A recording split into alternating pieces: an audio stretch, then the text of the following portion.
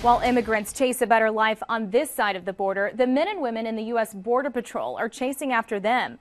But even though they're trying to stop illegal entry, we found they're also using high-tech tools to give those immigrants a fighting chance at life.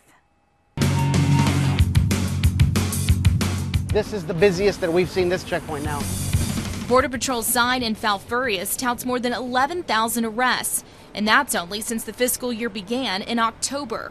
That breaks down to an average 57 immigrants arrested every day in and around the checkpoint. And this happens every day, and we seem to see... Agents say once immigrants cross the border here, they are driven up Highway 281 and told to bail out to avoid the checkpoint. They hike through ranches, and the survivors are picked up on the other side by coyotes. Border Patrol agents say they are doing what they can to make sure people survive. So this is just, one of the 8 rescue beacons that we've got deployed out in some of these ranches. The beacons are mobile, and agents move them to the areas where the most recent bodies were found. So they can see it even if it's nighttime. Right. What we're trying to do is try to put these in the highest level that we can, the highest point on these ranches, so that we can have that advantage. And then at night, since you don't have a lot of artificial light out here, it's really dark, so that blue light will stand out. There's relief. We did add some water to the rescue beacon because, naturally, if these people walk up to this rescue beacon, they're in need of help. And a way out if they choose. All they've got to do is punch this button, and it'll automatically send a signal off to our radio dispatch. The sign is in English, Spanish, and surprisingly, Chinese. Border Patrol says those are the most common languages spoken by immigrants. How often do people use these? We get these triggered quite often. We've also marked a little over 900 landmarks throughout the South Texas corridor, primarily around this area that we're looking at now.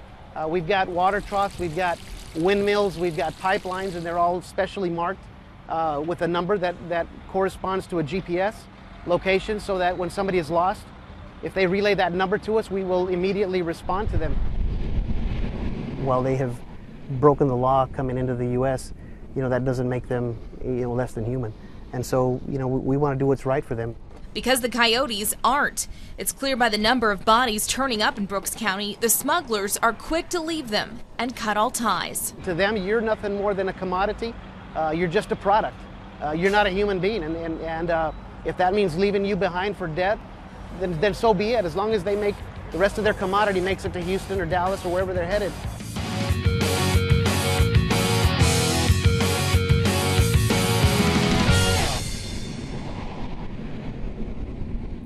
Our coverage of life on the border continues on our website. We've put up raw videos and extended interviews of the stories you've seen tonight on foxsanantonio.com. Just click on Raw News. That's all the time we have tonight for this special focusing on life on the South Texas border. We've tried to shed some light on what's happening along a stretch of the state some of us have never seen. I'm Grace White, and I hope you have a good night. Please stick around for Maximum Sports coming up next.